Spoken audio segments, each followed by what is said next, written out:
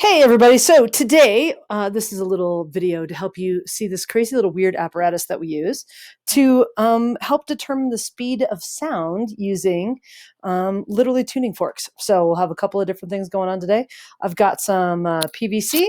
I've got this other funky piece of PVC down here. I'm going to shift my camera a little bit so you can kind of see it.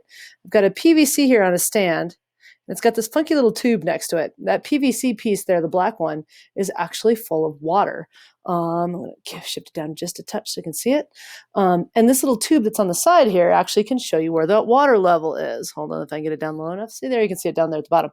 So right here, right there at the very bottom of the screen is where the water level is. And then I have a meter stick in here. So there's the water level basically right there.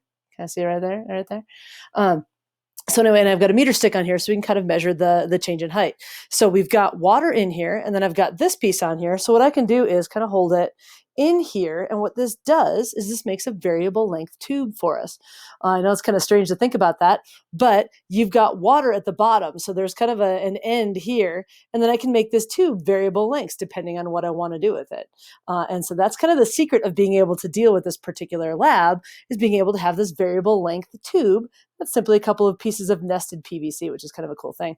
I also have here in front of me, and this is going to be really awkward for me to do with the camera and everything else, I have three tuning forks. I have a 384 hertz, that is. I have the big one, the 256, and then I also have a small one, which is a 512. So here, just so you can hear what the pitches are, here's what the 256 sounds like. I'm hitting it down on below. You can probably kind of hear it there, right? So that's 256. Here is the 384. And you can hear it's a slightly higher pitch, right? And then this last one is the 512. So there you go. Between those, the 512 and the 256 are both C notes, by the way. And this other one over here, the 384, is a G note, so that's a fifth, if you're into music at all.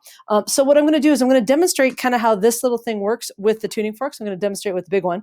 The lab data actually has you use data from all three. So after we're done here, I'll actually go take some real measurements and put them on there because I don't have enough hands to do this all by myself. But what I'm going to do is I'm going to hit this guy. And then I'm going to listen for resonance. So what resonance sounds like is louder.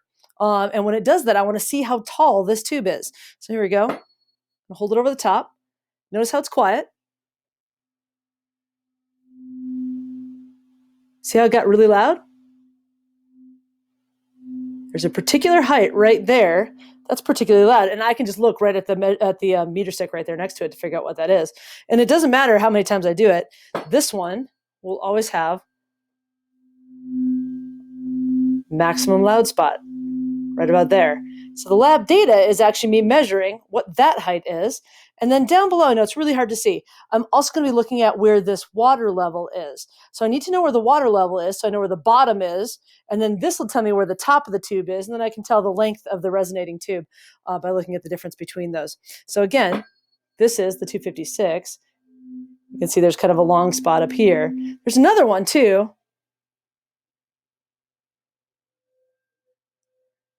There, I get a harmonic right there. A little bit shorter, right? With the other tubes, by the way, they're different. Not with the other tubes, the other tuning forks. So here is the 384.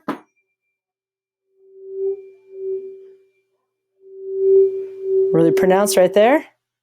And then here's the last one. This is the 512.